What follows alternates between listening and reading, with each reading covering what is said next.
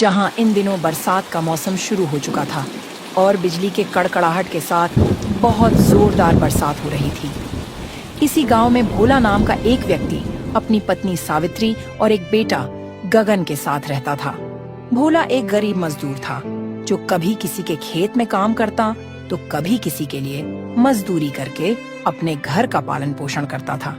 उसके पास तो गांव में खुद का मकान भी नहीं था।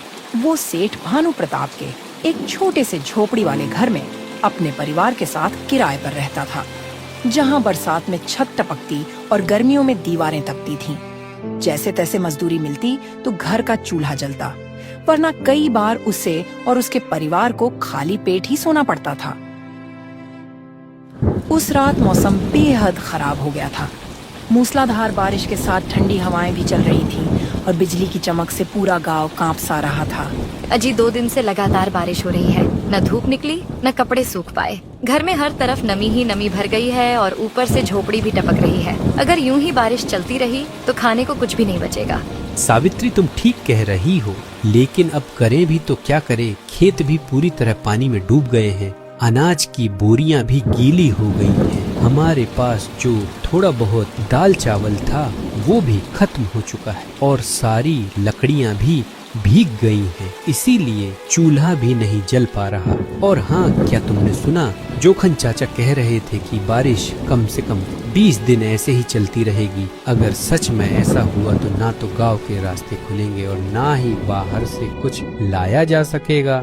ऐसा तो मत कहिए जी, अगर इसी तरह पानी गिरता रहा तो हम खाएंगे क्या? घर में अनाज का एक दाना भी नहीं बचा है, लकड़ियां भी भीगी पड़ी हैं, चूल्हा जल नहीं रहा, पेट की आग तो जैसे अब सहन ही नहीं होती। और गगन का तो और बुरा हाल हो रहा है, न कोई उधार देने को तैयार है न कहीं काम ही मिल रहा। अब तो भगवान ही हमें बचाएगा।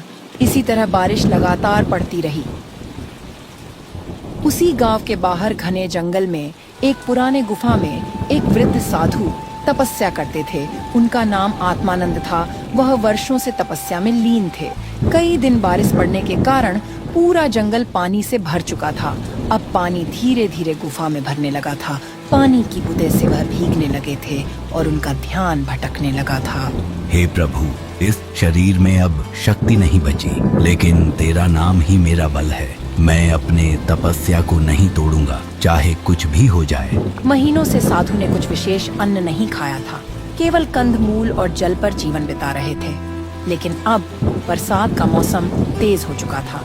हर दिन वर्षा और ठंडी हवाएं शरीर को तोड़ रही थीं। एक दिन जब जंगल पर घने बादल छा गए, बिजली चमकने लगी और मूसलाधार बारिश शुरू हो गई। उनका गुफा पानी से भरने लगा था और साधु कांपने लगे थे। शरीर थर थर कांप रहा था। अब उन्हें समझ नहीं आ रहा था कि अब वह क्या करे। हे प्रभु, अब मुझसे नहीं हो पा रहा, शरीर टूट चुका है। मुझे अब सहायता की जरूरत है। अब लगता है कि गांव जाकर गांव वालों से मदद मांगनी पड़ेगी। आखिरकार वर्षों की तपस्या को त्याग कर साधु ने गांव की ओर जाने का निर्णय लिया। वह तड़कती बिजली और तेज बारिश में अपनी गुफा को छोड़कर गांव की ओर निकल पड़ते हैं। उनका हाथ पैर ठंड से जकड़ चुके थे। वह चलते चलते गांव में आ जाते हैं। खानपुर गांव में खूब बारिश हो रही थी, लेकिन समय के साथ लोग स्वार्थी और कठोर हो चुके थे। साधु वहां पहुंचे, भीगे हुए, कांपते हुए और थके हुए।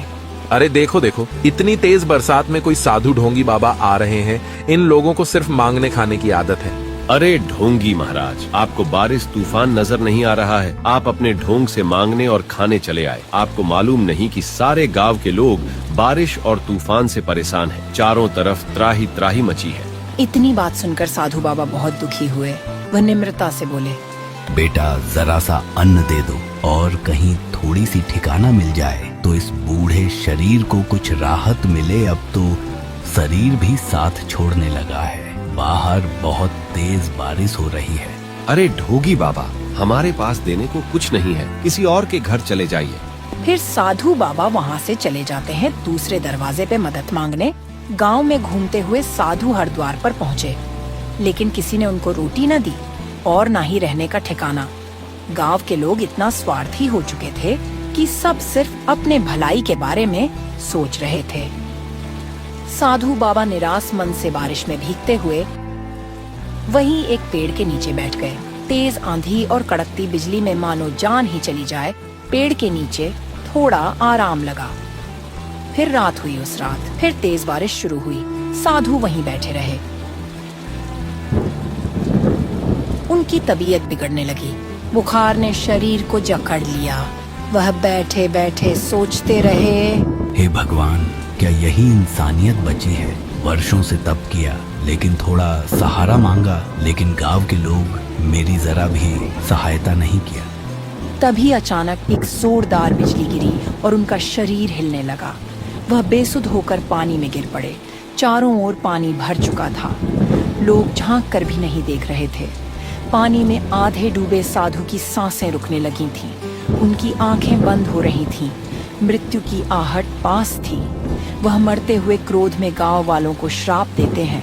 हे गांव वालों, जिस तरह इस वर्षा में मैं तड़प तड़प कर मर रहा हूँ, उसी तरह तुम भी तड़पो। हे प्रकृति की देवी, सुनो मेरी पुकार। जिन लोगों ने भूखे को ठुकराया, जिन आंखों में दया नहीं बची, उन्हें अब वही वर्षा पीड़ा दे। इस गांव पर बरसाओ।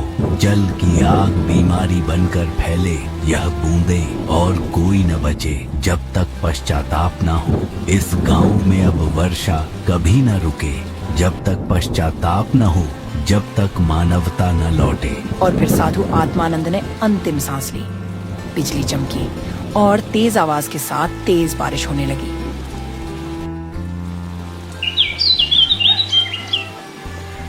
अगले दिन गांव में फिर से बारिश शुरू हो गई, लेकिन अब यह सामान्य वर्षा नहीं थी, यह अंतहीन थी। दिन रात लगातार हफ्तों तक बारिश चलती रही। फसलें बर्बाद हो गईं। यह बारिश थम ही नहीं रही थी और फिर जैसे तैसे 3 दिन बाद बारिश रुक जाती है। बारिश रुकते कुछ गांव के लोग साधु के पास जाते हैं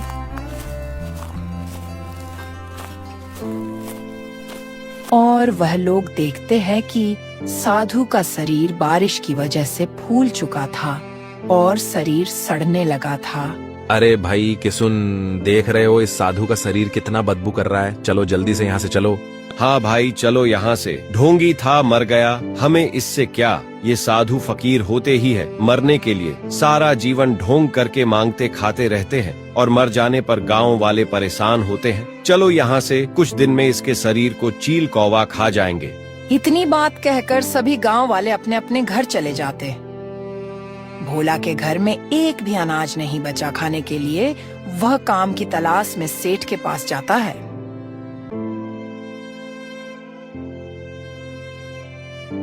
सेठ जी, आपके पास अगर कुछ काम हो तो बताइए। मैं कुछ भी करने के लिए तैयार हूँ। पत्नी और बेटा का भूख नहीं देखी जाती।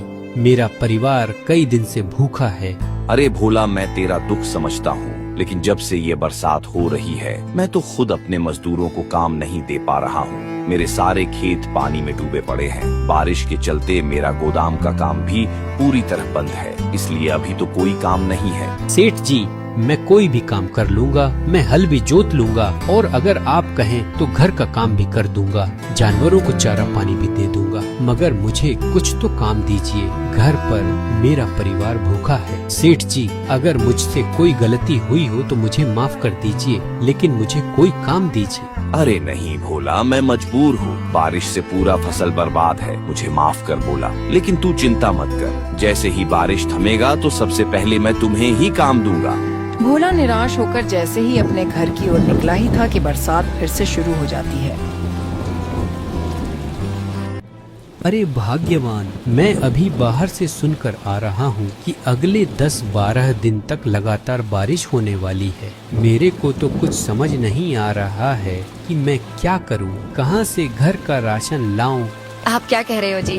10-12 दिन अगर ऐसे हुआ तो हम क्या करेंगे? हमारे घर पर तो इतने दिनों का अनाज नहीं है और ऐसी बारिश में आपको कहीं काम भी नहीं मिलेगा। आपको तो पता ही है कि घर की हालत कैसी है। कोने कोने से पानी टपक रहा है। अब तो बर्तन भी भरते जा रहे हैं। हाँ सावित्री, मैं समझ रहा हूँ तुम्हारी परेशानी। मैं भी जानता हूँ कि इस टपकते छत के नीचे हम कब तक टिक पाएंगे। अगर ऐसी ही बारिश होती रही तो कोई न कोई बीमार भी पड़ सकता है। अब तो देखो जी, बारिश और तेज हो गई है और ये छत तो अब लग रहा है जवाब दे देगी। और एक तरफ से ये बारिश परेशान कर रही है, दूसरी तरफ घर में खाने को अनाज नहीं है। हमें जल्द से जल्द कुछ न कुछ तो करना ही होगा। पिताजी, क्या हम भूखे ही मर जाएंगे क्या? इस बार हमारे गांव पर क्या आपदा आई है? लगता है कुछ बुरा होने वाला है। क्या हम लोग इसी तरह भूख के मारे एक दिन मर जाएंगे? पिताजी, आप इतना गरीब क्यों हो? अगर हम अमीर होते तो आराम से घर में पकवान बनाकर खा लेते।